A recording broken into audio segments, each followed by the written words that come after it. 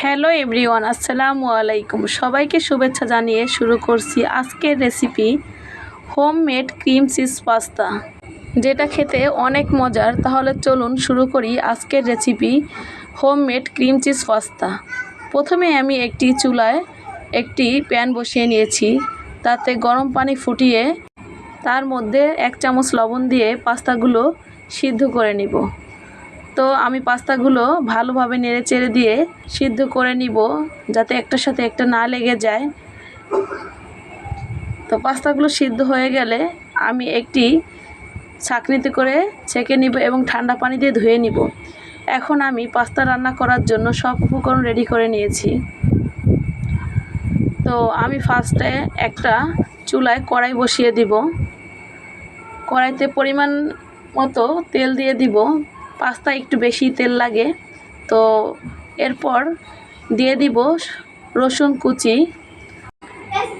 কুচি golden brown হলে আমি মুরগির মাংসগুলো দিয়ে ভালোভাবে নেড়েচেড়ে 1 চামচ লবণ দিয়ে ভেজে নিব।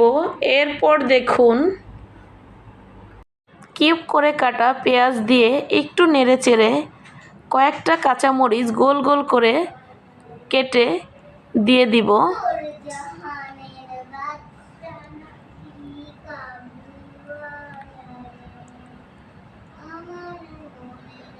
এ পর্যায়ে দিয়ে দিব আটা বা ময়দা, যার বাসায় যেটা আছে আপনারা সেটা ইউজ করবেন।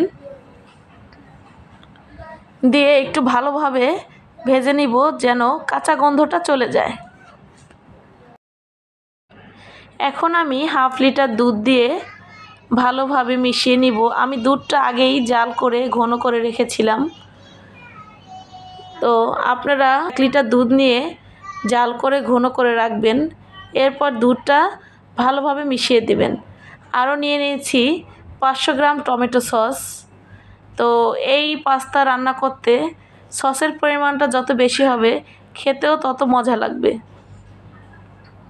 সসটা আমি ভালোভাবে মিশিয়ে কিছুক্ষণ রান্না করে নিব।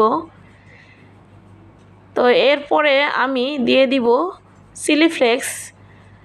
এই পাস্তায় চিলি ফ্লেক্সটা দিলে এর টেস্টটাই অনেক গুণে বেড়ে যায়।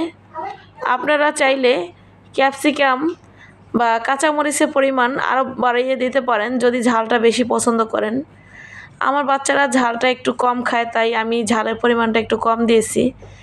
এখন আমি আগে থেকে সিদ্ধ করে রাখা পাস্তাগুলো দিয়ে ভালোভাবে মিশিয়ে রান্না করে নিব। পাস্তাটা রান্না হয়ে গেলে আমি একটা বলে তুলে নিব।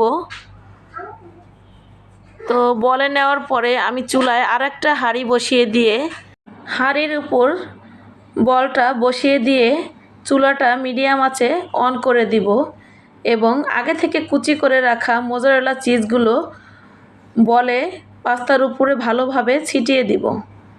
এরপর একটা ঢাকনা দিয়ে ঢেকে দিব। তো ফিরে আসছি 5 মিনিট পর। দেখুন আমার পাস্তাগুলো হয়ে গেছে, মোজারেলা চিজগুলো গলে গেছে। তো আপনাদের যদি আমার ভিডিওটি ভালো লাগে অবশ্যই একটি লাইক, কমেন্ট, শেয়ার করবেন। ধন্যবাদ সবাইকে।